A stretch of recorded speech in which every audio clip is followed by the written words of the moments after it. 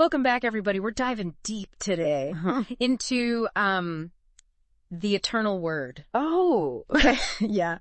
We found this fascinating article from Positive Affirmations. It's called The Eternal Word, Unchanging and Life-Giving Truth from John 1.1. wow. And it's all about that famous line, you know, in the beginning was the Word, and the Word was with God, and the Word was God. Right. From the Gospel of John. Yeah, I've heard that one before. Yeah, so we're gonna try to unpack this and you know, see how it applies to our lives personally, professionally, and spiritually, all that good stuff. That's quite a task. It is.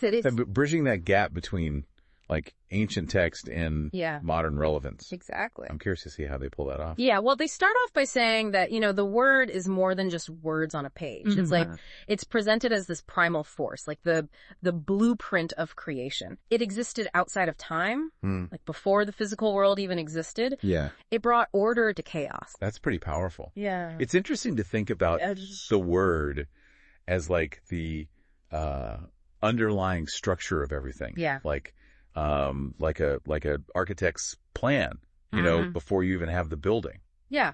Yeah, totally. It's like the concept came first, right, and then the physical manifestation. Yeah, but then does that mean we're all just like living out a predetermined that's a good question. Script? They address that. Okay. They do. They encourage us to, you know, look at our own lives, identify any habits or patterns that contradict the word. Okay. You know? So like if you're struggling with anger, for example. Oh, I see. Or dishonesty, that could be seen as like straying from the blueprint, you know? And they even have this story about a man who struggling with anger, and he found peace through studying the Psalms. Oh, wow. Like immersing himself in the word, so to speak. So it's like using the word as a tool almost. Yeah. For self-reflection and like transformation. Totally, yeah. Like a mirror, right? Yeah. You hold it up to your actions and say, am I living in accordance with this? Exactly. With this blueprint. It's not just about understanding the concept,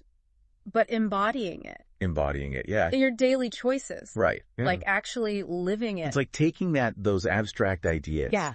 Making them concrete. Exactly. And they offer some tips, right? They do, yeah. Like actionable advice. Okay, like what? Like replacing, you know, negative thoughts with scriptural promises and journaling prayers to like connect your struggles with biblical truths. So it's like reframing. It's like reframing your challenges within a larger framework of faith. Yeah, it's like it's a different perspective. It is. And they don't stop there. They also dive into the word in the workplace. The workplace. I wouldn't have thought of that. I know, right? Like, what do ancient scriptures have to do with our jobs? It's kind of a curveball. Yeah. But they emphasize values like honesty and kindness and justice as essential, not just for personal character, but for a thriving professional environment. So it's about more than just following the rules. It's about creating a culture of integrity. So aligning your actions. Yes. With a higher moral standard. Yes. Even in the workplace. Yeah, especially in a setting where, you know, sometimes profit comes before principles. Right. I wonder how many people actually, you know, I know, is up to that. Well, they address that too. Oh. They give this example of a businesswoman who lost a big contract because she refused to compromise her ethics. Wow. And it would have been easy to justify cutting corners, but she stuck to her principles. Good for her. And in the long run, it actually benefited her. So it's not just about avoiding unethical practices, but proactively building a business based on integrity. Exactly. Which kind of leads into the next point, which is how the word can give a deeper meaning to our work. Oh, now that's something I struggle with. Really? Finding purpose and fulfillment in my job. So many people do. Yeah. So how do they address that? Yeah, what do they say? Well, they encourage us to view our work as a service, not just a means to an end. It's about connecting what you do to a larger purpose, aligning your efforts with something bigger than yourself. I like that. Yeah, and they have this great example of a teacher whose perspective totally shifted after praying before class. That's powerful. Taking something that seems so ordinary and giving it spiritual significance. Totally. It just shows that, even the most ordinary work can be an act of service when you view it through the lens of the word. I see that. And it all kind of leads up to their main point. That Jesus himself is the embodiment of the word.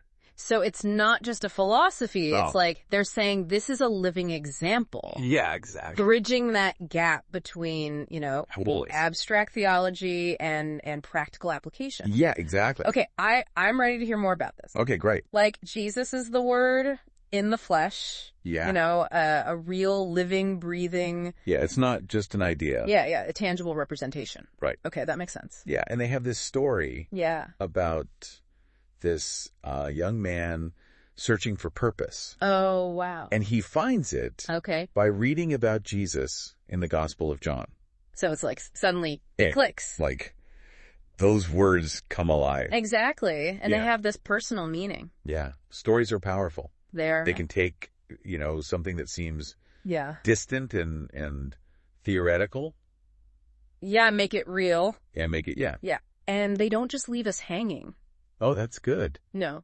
They tell us how to... Yeah, like how do we connect? How do we connect with this living word? Right. What do they say? So, first of all, they emphasize prayer. Okay. Not just as like a ritual, but as like an active... An active engagement? Yeah, seeking guidance. Okay. And they also talk about studying the Gospels. Come on. To understand Jesus's character and teachings. So not just like memorizing versus... Not just like rote memorization. Yeah, like understanding the spirit behind them. Yes. The actions. Yeah, exactly. Right, okay. And they also talk about acts of kindness. Oh. Expressing God's love through actions. Yeah, making it visible. Okay. So bringing it back to that service we were talking about. Yeah. Extending the love. It all comes back around. Yeah. Yeah. And it doesn't have to be these big grand gestures. Right. It can be these small everyday moments. Yeah, just choosing to act accordingly. Yeah. Okay, so before we wrap this up. Yeah, let's do a recap. What are the key takeaways here? Yeah, what stands out to you? Well, first of all, the word is eternal. Yeah. Unchanging. It was there from the beginning. Right. And it's the foundation of everything. Right. That bedrock. Right. And then there's the transformative power. Oh, yeah. Of the word.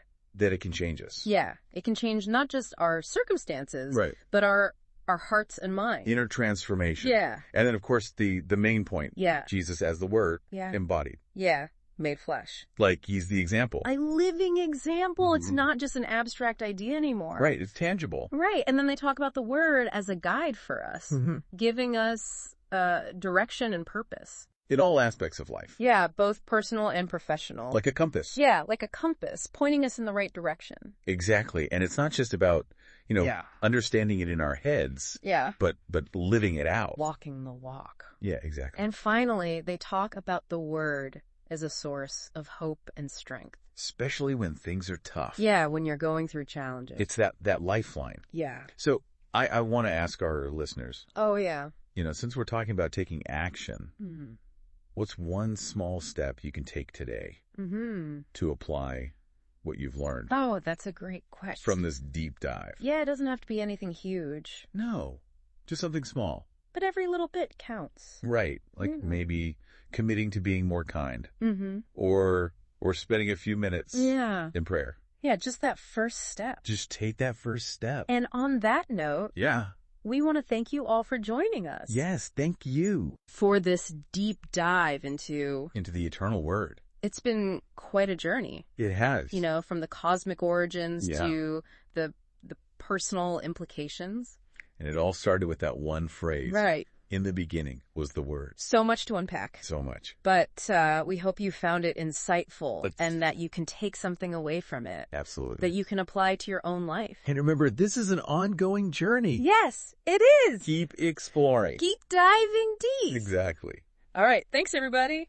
Thanks for listening. It's really amazing how much we are able to unpack from just we know, right? In the beginning was the word. It's a powerful phrase. It is. You know, like all this depth. Yeah, and it's relevant. Yeah. You know, all these years later. Totally. Yeah. Like these ancient texts still speak to us. They do. In the modern world, you know. They offer guidance, wisdom. Yeah. Wisdom. Help us like navigate all this. Yeah, this crazy world. This craziness. And that's what we tried to do today. Yeah, bridge that gap. Bridge the gap, right? Between then and now. Ancient, modern. Yeah. You know, theoretical and practical. Yeah, like how can we actually take these ideas and apply them to our lives? Make them real. Make them real. Yeah, make them part of. And hopefully, you know, become better people. That's the goal. Yeah, that's the goal. Grow a little bit. So, to our listeners out there. Yeah, take this with you. Yeah, take these insights to the world. Let them shape your actions. Your choices. Your character, you know. And everything. Let them be your guide. Be your guide, yeah. And remember, this is just the beginning. This journey exploring doesn't end here. Keep diving deep. The eternal word. Into the word, yeah. Thanks for joining us, everybody. I'll see you next time.